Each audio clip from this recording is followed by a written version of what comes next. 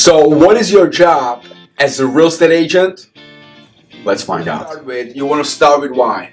Why you do what you do, okay? That is so important. Try to be as specific as possible. You probably want to have a 5-year goal and break that down into 1-year goals, right? So since you have your 1-year goal, figure it out. What is the dollar amount behind it? So if you want to maybe buy a house, you want to travel more, you want to pay down some debts, maybe help your family, you want to contribute a little bit to the community, how much money you're going to need to get that accomplished, okay? Let's say you're talking about 200,000. That's the goal for this year. How many transactions you're going to have to do, okay? Let's talk about the numbers now. For example, let's say the average commission in your area is $12,000 and your commission split is 70-30, 70-30, right?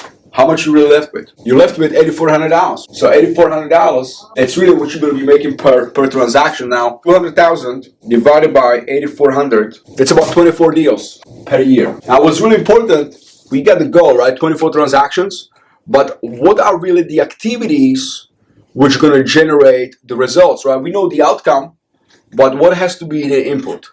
What are some of the activities you have to do yearly, quarterly, monthly, weekly, daily? Okay, let's figure it out. So if you want 24 deals, 24 transactions closed, I should say, you're probably going to need to put at least 25 deals on the contract, right? Let's just say maybe one transaction is going to fall apart for whatever reasons. So you need 25 contracts. Now, if you want 25 contracts, how many offers you're going to need, right? Because the offers, they come right before the contracts. How many offers you're going to have to actually submit to get it accepted and go to contracts? Let's say 75 offers. Let's say 1 out of 3. And I think that's pretty realistic, given the circumstances. Of course, every area is a little different, okay? So 75 offers. Now, how many showings you're going to need? Let's say 3 showings, you get 1 offer, right? Simple math. So we got 75 times 3 equals 225 showings, right? 225 showings. Now keep in mind, if you need 25 contracts, how many people you actually have to meet? Let's say 1 out of 2, so about 50%, whether you're a seller or buyer, and 50% of the time you get the listing signed, or you decide to work with the buyers as your client. So that's about 50 appointments met. And how many appointments you have to set, because keep in mind that all the appointments which you're going to set, not all of them you're going to meet. There's always going to be some people which they just not going to show.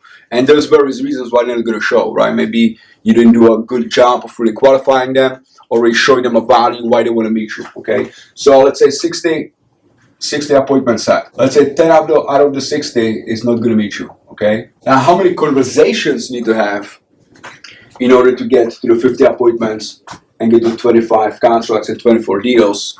Let's take number 80 conversation equals 1 sale, right? So if we take 80, 24 times 80, it's about 1920. 1920 conversations. Now, people, conversations doesn't necessarily mean a conversation is just over the phone. This could be over the text. This could be somebody you meet at the open house. This could be somebody you meet in the grocery shop. This could be on social media as well, right? Maybe Insta messages. So we got the goal set. You got the activities, right? Now you know what you got to do. The most important thing is for you to stay on track, okay? So what you're going to have to do is to track and measure the activities. Now, we do use a system called Sisu. It really makes it super easy for you, to see where you are and see where you want to go. Now, what's really important